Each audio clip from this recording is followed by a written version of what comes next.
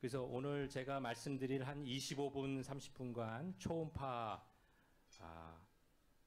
관련된 강의를 해드리겠습니다. 초음파가 뭔지를 먼저는 좀 알아야 되는데요.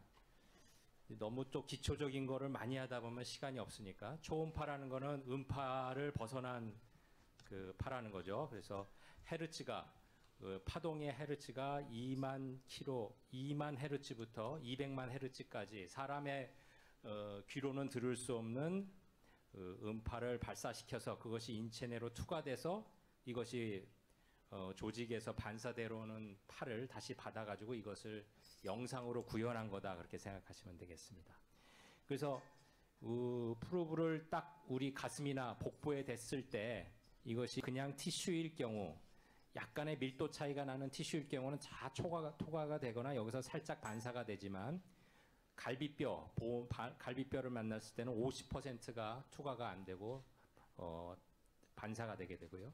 우리가 우리 심장은 렁과 갈비뼈로 보호가 돼 있죠. 그래서 렁을 만났을 경우에는 거의 투과가 안 됩니다. 그래서 초음파, 심장 초음파를 잡으실 때 꼭 주의해야 될 거는 렁을 잘 피해서 심장을 잘 해야 됩니다. 그래서 우리가 초음파를 부를 때 윈도우가 좋다, 윈도우가 안 좋다, 그런 말을 하는 것이 바로 이 갈비뼈와 렁을 잘 피해서 심장을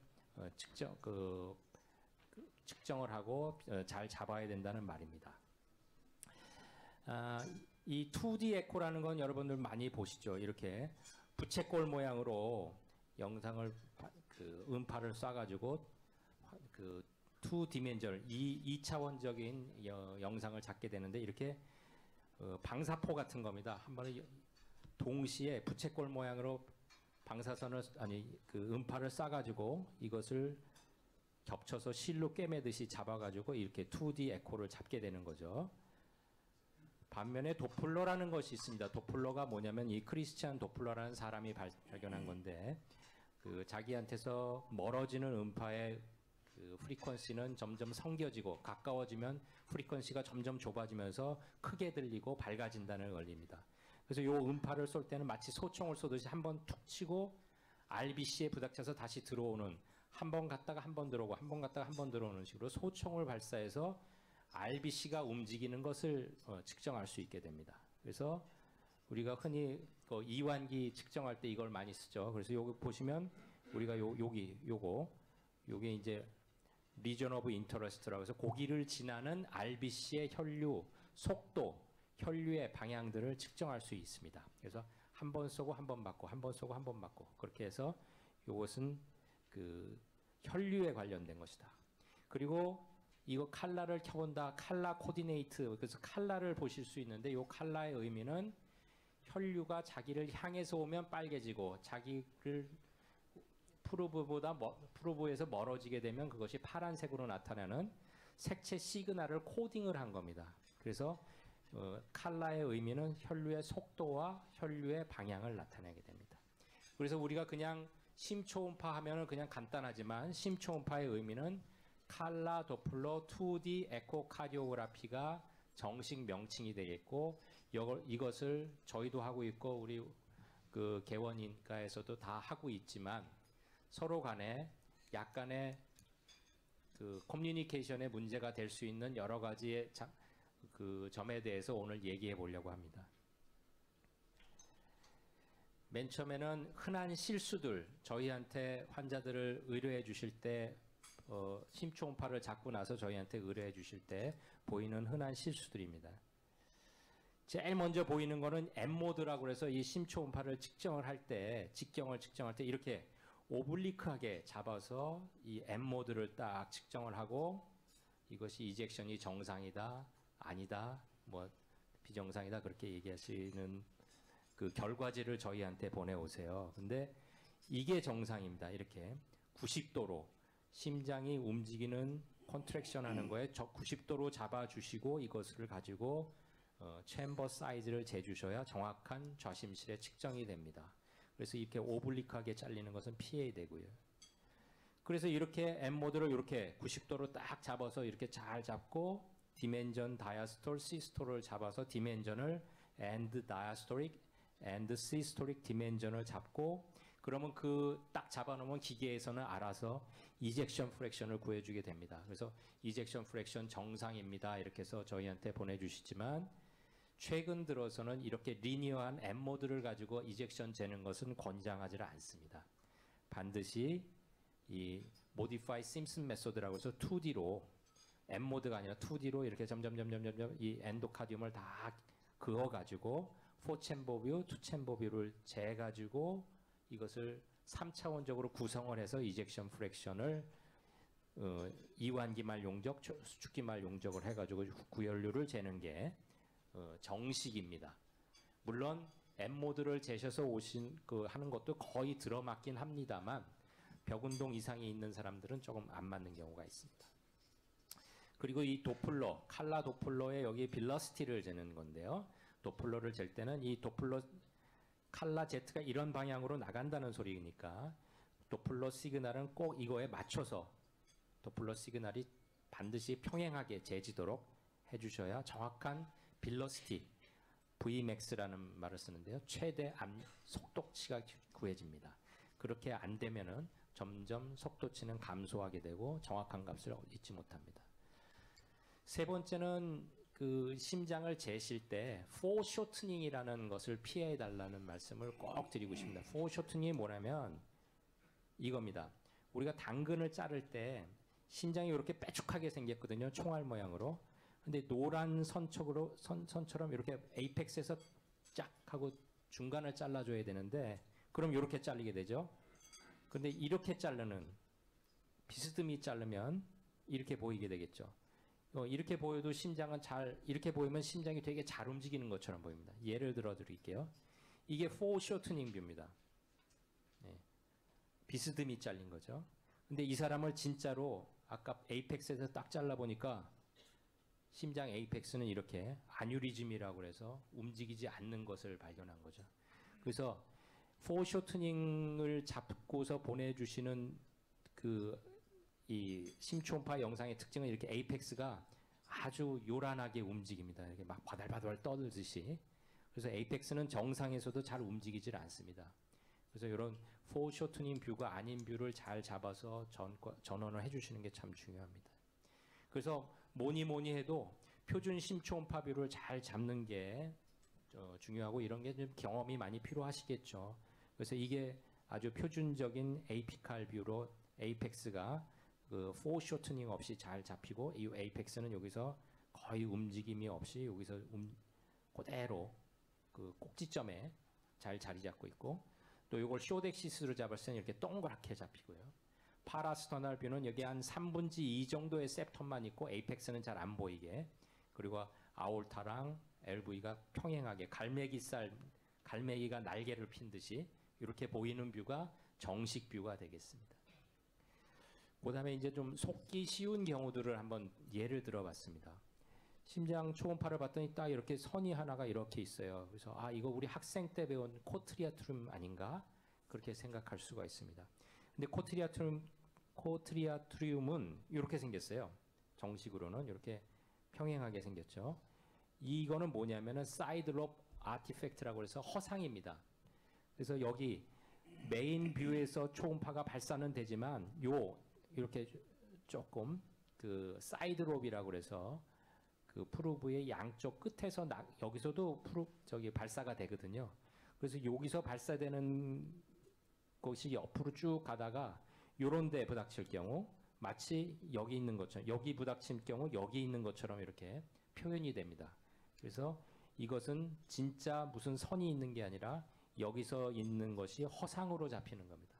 이런 허상들 간 초음파 하시다가 많이 보시는 아코스틱 쉐도잉 GB 스톤 같은 거 있을 때 그런 것도 있고 또 우리 아티피셜 밸브를 가진 사람들이 그 밸브에서 초음파 빔이 계속 튕기고 반사되고 다시 가고 그래서 리버버레이션 된다고 하는데요. 그런 리버버레이션 아티팩트가 생길 수 있다는 걸 생각해서 여기가 무슨 메스가 있고 그런 게 아니라는 것을 꼭 생각을 하고 에코를 잡아야 됩니다. 이럴 경우에는 약간 앵글을 비스듬히 할 때도 이런 게 잡히는지를 봐야 되죠. 특히 RA 쪽에는 이상한 구조물이 많습니다. 마치 메스처럼 보이는. 그래서 아래의 요 끝에 포스테리어 월 쪽에 이런 메스가 하나 보이는 경우, 이렇게 메스가 보이는 경우, 이것을 메스가 있다, 스롬부스 아닌지 헤파린이나 와파린 써야 되는 거 아닌지 전원을 해주시는데, 이것은 어브노멀한 구조물이 아니라 진짜 심장에 있는 팩티네이트 머슬과 이 팩티네이트 머슬이 끝나면서 포사 오발리스, 그러니까 평평한 면으로 가는 그 중간 지점에 있는 마치 언덕과 같은 구조물입니다. 이것이 2D로 잘릴 땐 이렇게 보일 수 있어요. 그래서 마치 메스처럼 보이는 거죠. 그래서 이것을 크리스타 터미날리스라는 말을 씁니다. 그 다음에 끼아리 네트워크라고 그래서요. 여기 마치 아래에 그물처럼 보이는 구조물이 있습니다. 이것도 정상입니다. 우리가 어머니 뱃속에 있을 때는 이런 구조물들이 혈류를 받는데 도움이 되는 어떤 밸브 역할을 하는 건데요. 이런 구조물들이 없어지지 않고 그대로 남아있는 거죠. 이렇게 망상 구조물들이 남아있는 거죠. 없어지지 않고. 역시 노말 베어리언트입니다. 이것을 끼아리 네트워크라고 하고요. LA 쪽에서 보면 지금 여기 메스처럼 보이다 말다 하는 요게 쿠마딘 리치라고 해서 하도 이 사람들이 요걸 보고서 쿠마딘, 와파린을 많이 썼다고 그래서 요 쿠마딘 리치라는 말을 씁니다. 요거는 LA 어펜디지와 레프트 어퍼 슈페리어 베인, 폴모나리 베인 사이에 있는 언덕입니다. 이것도 역시. 근데 이게 마치 2D 에코에서는 메스처럼 보여서 이것을 가지고 와파린을 많이 쓴다고 알려져 있습니다. 그래서 이런 구조물이 있으면 이건 다시 잡아본다든지, 그래서 이건 노말 구조물로 좀 생각을 하셔야 됩니다. 그 다음에 이건 동영상은 아닌데 이렇게 아우틱 밸브 끝에 리니어한 모바일 메스가 보이는 경우가 있습니다. 이거 베지테이션 아니야? 또 파이브로 일레스토마 아닌가? 그래서 보내주시는 분 많습니다. 이건 조금 어려운데 람불스 익스크레센스라고 해서 아우틱 밸브가 서로 큐스프가 계속 만나다 보면 거기에 인플라메이션이 생겨서 이렇게 리니어한 구조물들이 생깁니다. 그래서 람불이라는 사람이 만들어낸 무슨 구조물이다 그래서 이런 말을 씁니다. 그래서 노말 스트럭처가 꽤 있습니다. 이 RA 쪽에는. 그래서 이것을 메스로 오인해서 환자 보내주시는 경우들이 있는데, 저희들도 헷갈리는 경우들이 많아서 이런 경우들이 있다는 것을 좀 알아주셨으면 좋겠습니다. 그 다음에 이제 증상과 심초음파입니다. 증상이 있을 때 심초음파를 많이 이제 해주시는데요. 최근에 이제 에코한 사람입니다. 호흡곤란이 있고 렁 캔서가 있어서 이렇게 에코를 했습니다. 근데 이제 렁 캔서가 있고 언더라인 COPD가 있으니까 이렇게 잘 안 보이죠. 아까 말했듯이 윈도우가 안 좋다. 렁에 가려서 에코가 통과를 못해서 막 이렇게 허옇게 보입니다. 자, 그럼 이거 심장 기능이 정상인 것처럼 보이지만 이게 요 젖가슴 밑에 레프트 니플 라인에서 잡은 거거든요. 근데 이렇게 보면 잘 안 보입니다. 이럴 때 포기하지 말고 다른 윈도우를 사용해서 서브자이포이드를 보여서 에피가스티움 쪽에서는 립도 피할 수 있고 렁도 피할 수 있습니다. 그래서 고로 뷰에서 이렇게 다시 잡을 수 있습니다. 그래서 이 사람 약간 심기능이 떨어져 있는 것을 이 서브자이포이드 뷰 또는 서브 코스탈 뷰에서 이렇게 잡았습니다. 그래서 잘 안 보일 경우, 특히 증상이 있는데 잘 안 보이면 다른 윈도우로 측정해 보는 것이 좋습니다. 오늘 또 말씀드릴 건 이젝션 프랙션이라는 것을 좀 말씀드릴게요. 이젝션 프랙션은 너무나 잘 아실 겁니다. 수축 기능, 우리 여기 서전 교수 계시지만 이 사람 심장 기능이 좋아 나빠 한마디로 얘기해봐. 그래서 한마디로 얘기할 때 한마디가 그 이젝션 프랙션이 좋냐 안 좋냐를 가지고 얘기합니다. 그래서 이젝션 프랙션은 심장으로 들어온 볼륨 100에서 수축돼서 나가는 볼륨이 얼마나 되느냐입니다. 그래서 이게 55%를 대개 한국이나 유럽이나 미국 다 정상을 칩니다. 그래서 100이 들어왔으면 55 이상은 나가줘야 된다는 거죠. 이것을 아까 말했듯이 M 모드로 하지 않고 2D Modified Simpson 뷰로 해서 잡아주시는 게 좋습니다. 자, 이건 되게 쉽죠. 왼쪽은 65%짜리 정상 심기능, 오른쪽은 덜덜 움직이는 25%짜리 LV 이젝션 25%짜리 심기능이 떨어진 사람입니다. 물론 오른쪽 사람이 숨도 많이 차고 몸도 많이 불 거고 이건 아주 쉽습니다. 그래서 저희 오른쪽에 있는 사람은 뭐 다리 수술할 때 좀 조심해야 된다 뭐 그런 말도 써주고 다 이렇게 하는데요. 그런데 요즘 들어선 이런 사람들 많이 씁니다. 61세 남자인데 BNP라는 거 아시죠? BNP가 많이 올라가 있고 호흡곤란으로 왔는데 이 사람 이젝션을 해봤더니 이젝션이 70%나 됩니다. 그런데 숨이 차요. 그래서 이런 사람들은 heart failure with preserved ejection fraction이라고 해서 이젝션이 정상인데 숨이 차고 심부전으로 치는 사람입니다. 이런 사람들은 뭐냐면 이완 기능이 떨어져 있는 사람들이죠. 이런 사람들이 꽤 많고요. 또 반대로 70세 여자분인데 뭐 이젝션은 30%밖에 안 되는데 운동도 잘하고 할머님인데 매일 수영 다니신대요. 이젝션 30%. 그래서 이런 거는 컴펜세이션을 다 잘 하고 있는 거죠, 사람이, 환자가. 그래서 뭐 이젝션 프랙션이 이렇게 떨어져 있다고 반드시 하프페일러가 아니다라는 걸 꼭, 이젝션이 떨어져 있으면 하프페일러가 많이 오긴 하지만 must be는 아니라는 겁니다. 예. 그래서 하프페일러는 다시 말씀드리면 이젝션 프랙션으로 진단하는 게 아니라 문진을 하셔서 증상이 있는지, 그리고 청진을 해서 랄이 들리는지, 넥베인 인고지먼트가 있는지, 그런 것을 다 문진과 청진을 다 보시고 엑스레이 보고, 그리고 그 다음에 BMP도 나가보고, 그 다음에 이젝션 프랙션을 재는 에코도 같이 해서 진단하는 게 맞습니다. 자, 이 케이스는 오늘 제가 잡은 케이스입니다. 최근 2주 전에 타비를 성공적으로 시술했습니다. 타비 후에 탑이 바로 다음 날도 정상이었고 오늘도 보니까 탑이는 아주 밸브가 잘 들어가 있습니다. 근데 이 사람 숨이 차고 프루랄 에퓨전이 있어서 응급실로 왔어요. 보니까 잘 움직입니다. 이젝션 프랙션 한 60% 되는 것 같은데 여기 보시면 여기 EKG를 보시면 P웨이브, QRS가 보여서 이 사람은 컴플리트 AV 블록이 왔습니다. 그래서 에코를 보실 때 EKG를 반드시 달아놓고 EKG 정보와 에코 정보를 같이 보셔야 된다.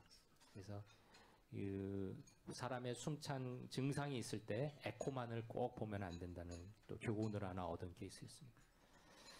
자, 판막증 케이스들 한번 좀 말씀드려 볼게요. 판막증 때문에 전원을 받은 게 되게 많습니다. 한 4, 5년 전까지만 해도 저희 심촌파가 많이 개원가에 없을 때 이런 마일드 MR, 마일드 AR를 많이 저희한테 보내주셨어요.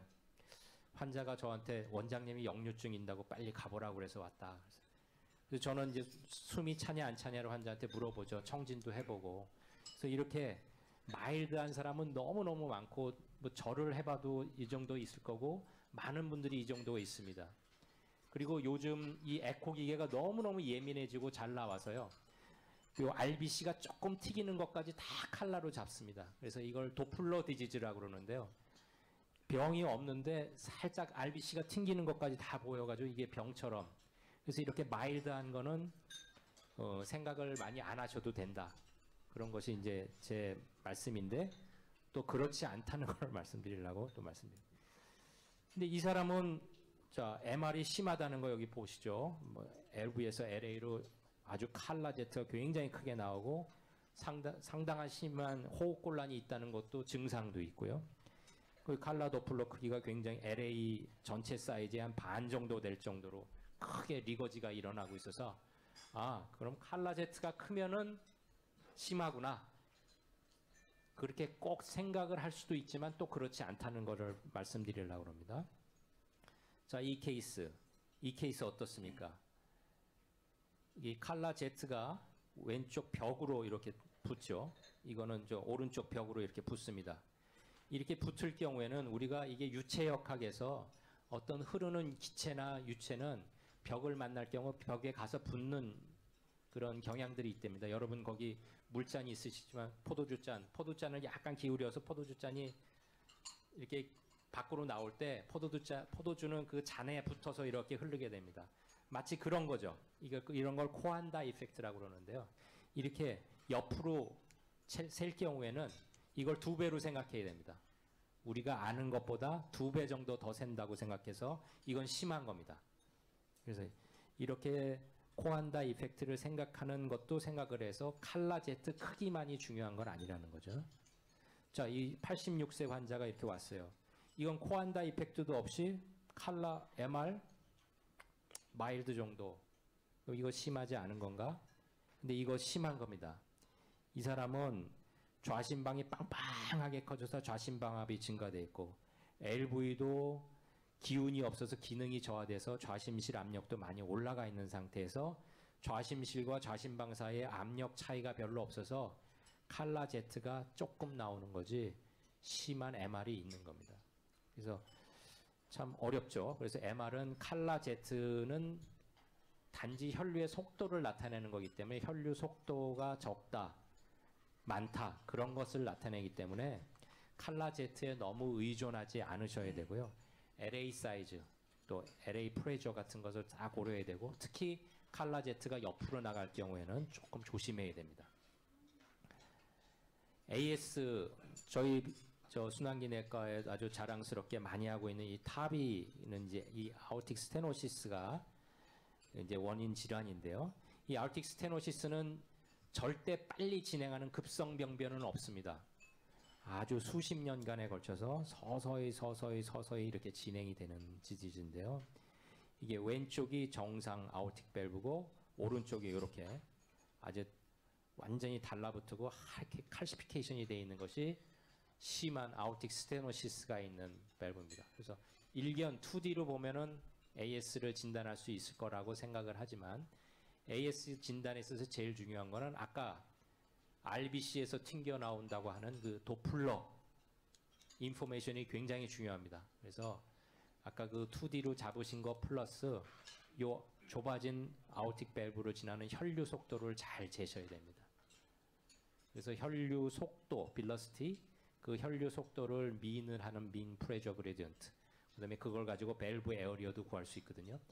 그래서 다른 건 너무 어렵고 밸브를 2D로 잡으시고 여기를 지나는 빌러시티를 잘 잡으셔서 이 빌러시티가 3m/s 이상 되면은 이건 좀 시그니피컨트한 건데 모더레이트 이상이 되는 거라서 그것은 빨리 전원을 시켜주셔야 되고 이것을 이렇게 쇼덱시스 잡아서 요 밸브 에어리어를 재는 거는 굉장히 숙련된 기술이 필요하고 칼시피케이션이 심해서 재기가 되게 힘듭니다. 그래서 정확치도 않고요.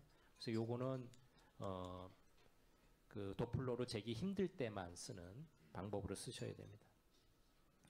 그래서 중요한 거는 이렇게 이 칼라 Z가 지나는 거에 앵글을 딱 맞춰서 여기에 맞춰서 딱 중요한 리전 오브 인터레스트를 밸브 딱 상부에다 두시고 도플러 시그널을 잡아서 Vmax 아오틱 밸브를 지나는 혈류의 최대 속도를 재는 게 가장 중요하다는 것을 말씀드립니다. 그래서 잰 get이 CBO 하면은 4m/s 되면 CBO하다 그런 거거든요. 그래서 재시면서 2.5 이상 그러니까 마일드에서 모더레이트로 넘어가는 그런 상태가 되면은 요거는 이제 조금 관리를 조금 받고 정식으로 조금 저희 병원에서 이 사람들을 조금 관리하는 것이 좋을 것 같습니다.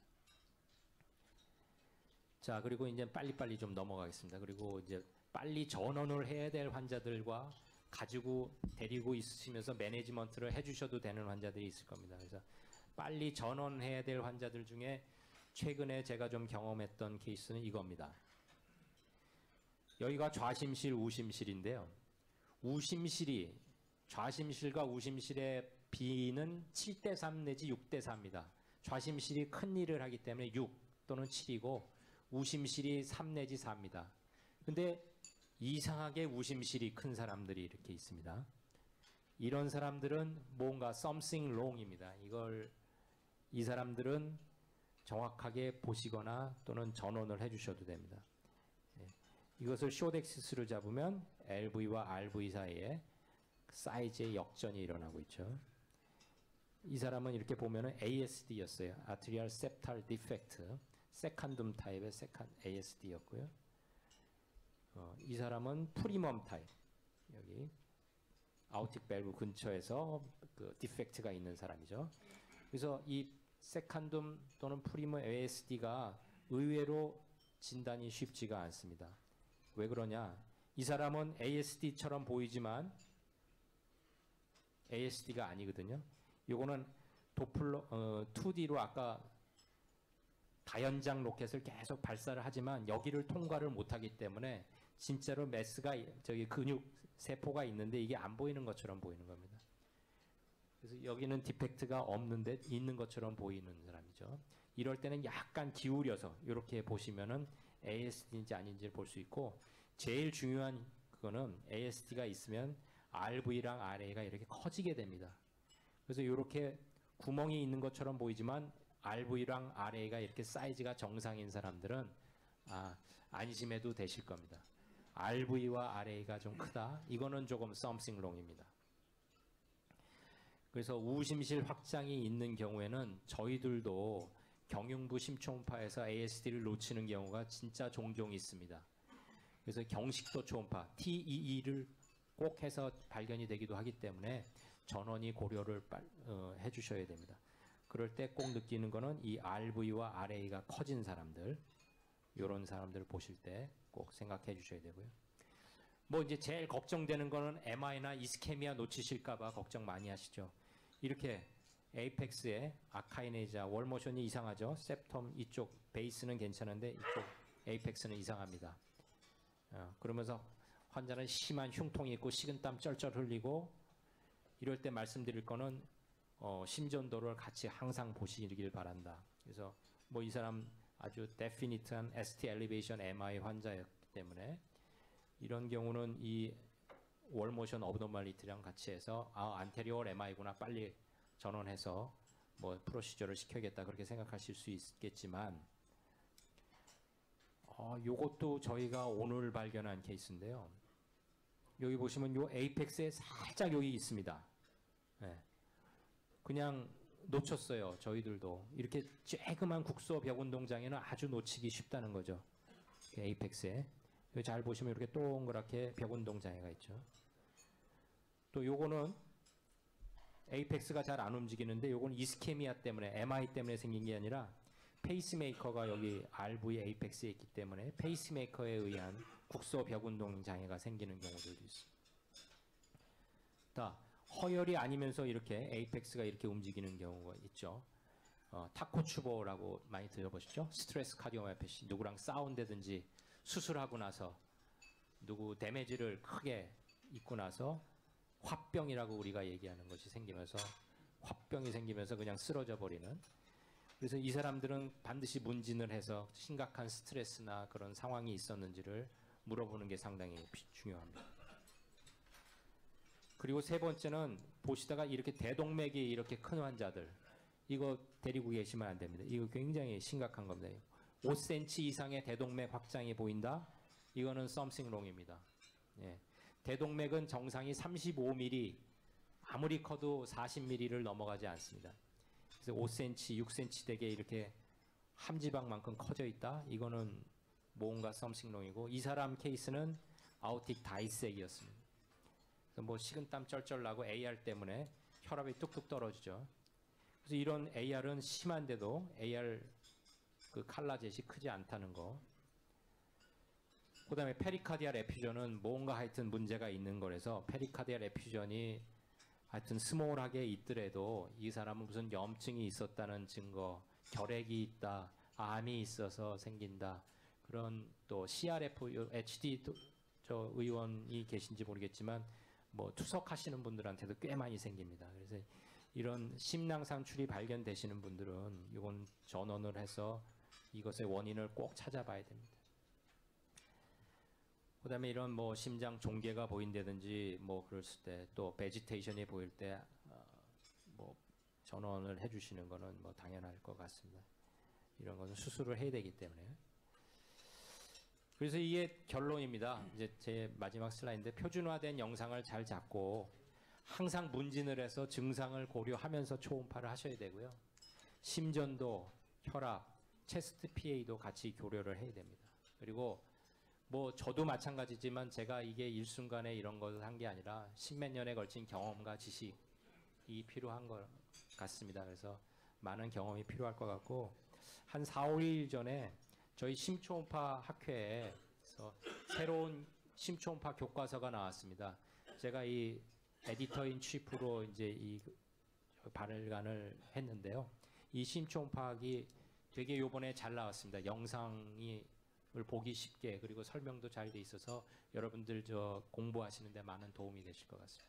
이상 강의 마치겠습니다. 감사합니다.